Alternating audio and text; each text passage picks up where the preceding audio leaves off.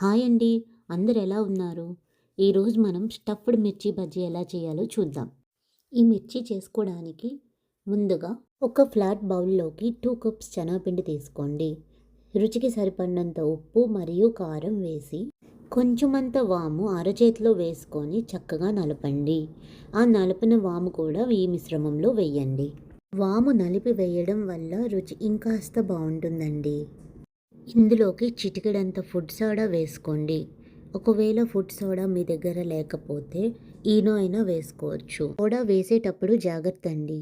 ఒకవేళ ఎక్కువైతే బజ్జీ ఆయిల్లో వేశాక తొందరగా ఎర్రగయ్యి మాడిపోతుంది.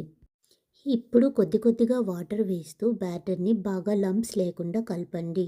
బ్యాటర్ కలిపాక మరీ పల్చగా కాకుండా అలానే గట్టిగా కాకుండా స్పూన్తో చెక్ చేస్తే ఇలా వీడియోలో చూపించిన విధంగా రిబ్బన్ కన్సిస్టెన్సీలో ఉండాలి. సన్నగా కట్ చేసుకున్న ఆనియన్ ఒక బౌల్లోకి వేసుకోండి. ఇందులోకి కొంచెం సన్నగా కట్ చేసుకున్న కొత్తిమీర, 1 టీ స్పూన్ ఉప్పు మరియు 2 టేబుల్ స్పూన్ నిమ్మకాయ రసం వేసి బాగా కలిపి పక్కకు పెట్టుకోండి.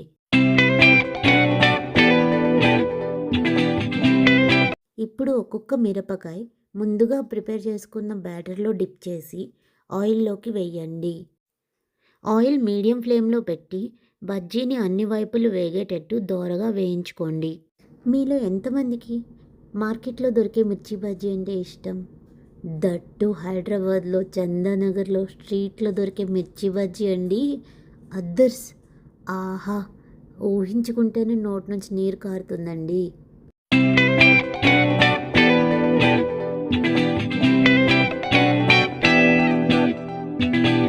అలా వేయించుకున్న బజ్జీలన్నీ ఒక ప్లేట్లోకి తీసుకొని మధ్యలో కట్ చేసుకోండి. ప్రిపేర్ చేసుకున్న ఆనియన్ మిశ్రమాన్ని వీడియో క్లిప్పింగ్లో చూపించిన విధంగా స్టఫ్ చేసుకోండి. అలా స్టఫ్ చేసుకున్న మిర్చిపై ముందుగా వేయించుకున్న పల్లీలు గార్నిష్ చేసుకోండి. దాంతోపాటు కొంచెం అంత చాట్ మసాలా, ఉప్పు స్ప్రింకిల్ చేసి సర్వ్ చేసుకోండి. అంతేనండి, ఎంతో రుచికరమైన స్ట్రీట్ స్టైల్ మిర్చి బజ్జీ రెడీ. ఈసారి మీరు ఇలా ట్రై చేసి ఎలా వచ్చిందో కామెంట్లో చెప్పండి. వీడియో కానీ నచ్చితే ఒక చిన్న లైక్ ఇస్తూ మీ ఫ్రెండ్స్ అండ్ ఫ్యామిలీతో వీడియోని షేర్ చేసుకోండి. బాయ్.